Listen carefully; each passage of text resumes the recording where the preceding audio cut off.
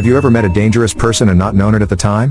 1. There used to be Quiet, wiry chap who drank in my local. Never gave him a lot of thought. He was pleasant but reserved. Until some football hooligans came in, being rowdy. He quietly asked them to pipe down and stop harassing the female customers and staff. Of course, they took exception to this, and eventually one of them swung a punch at him, which he ducked, and then warned the man not to do it again. And then he said some words that should have given any thinking person some pause. I am obliged by law to warn you not to continue. Of course, the lout wasn't a thinking person. His beer was doing his thinking for him. So he swung another punch, and then he fell down, as if he'd been hit with an axe. At this point, Quiet Man still hadn't got off his bar stool. A couple of the other louts took exception to this outcome, and stepped up and started throwing hands, and they fell down too. At this point, the rest of the pack were starting to realize that their understanding of the order of things was not quite right. Then Quiet Man stood up. The louts gathered up their dozing casualties and made a strategic, if wobbly, retreat. Someone told me later that Quiet Man had spent a lot of time around Hereford.